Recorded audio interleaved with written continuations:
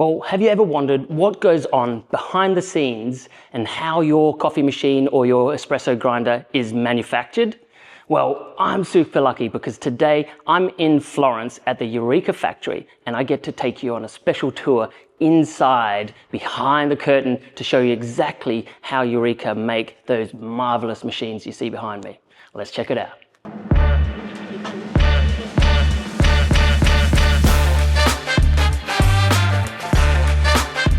So I'm here with the lovely Silvia Belli from Eureka factory. She's the digital marketing manager.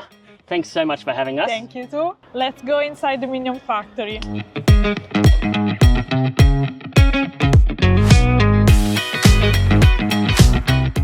Let's go.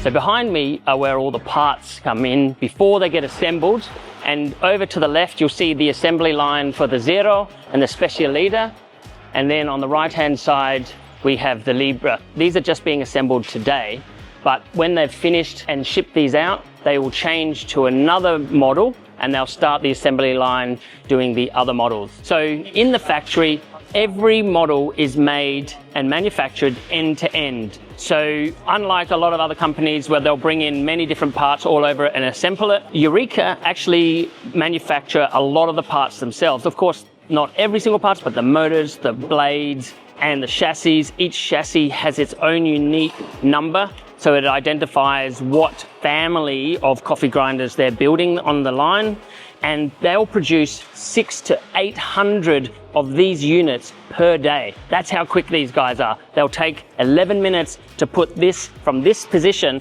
into a fully ready to go, packed, send to your home machine. Only takes 11 minutes, which is absolutely amazingly fast. That's how they're able to produce so many different models for hundreds of different types of uses every single day. So from the parts shed, they'll bring in boxes of the chassis in different colors. Here I've got the gourmet green Specialita. Then they'll assemble, they'll take a motor off the shelf, they'll pop it on the assembly line, the electronics will get attached. If it's got the scales and the weights, they'll put it and it will go down the assembly line until it's completed.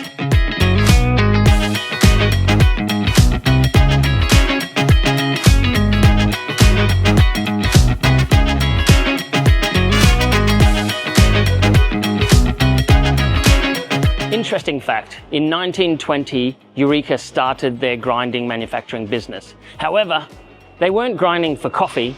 They were originally a meat grinding manufacturer and a juice grinder manufacturer.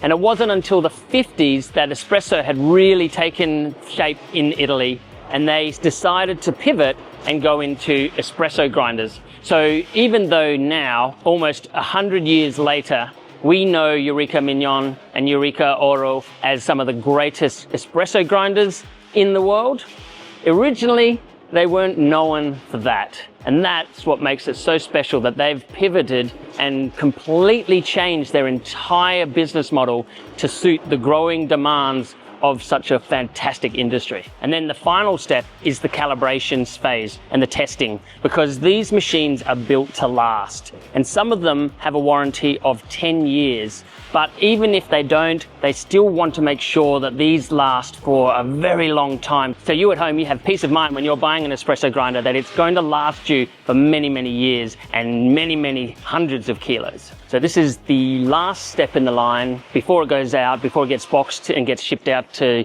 be sold. This is the quality testing area. So they'll hook it up, run the diagnostics, make sure that everything's calibrated. So 50% of the grinders that will go out will be tested with coffee, run through to make sure that they are all calibrated perfectly.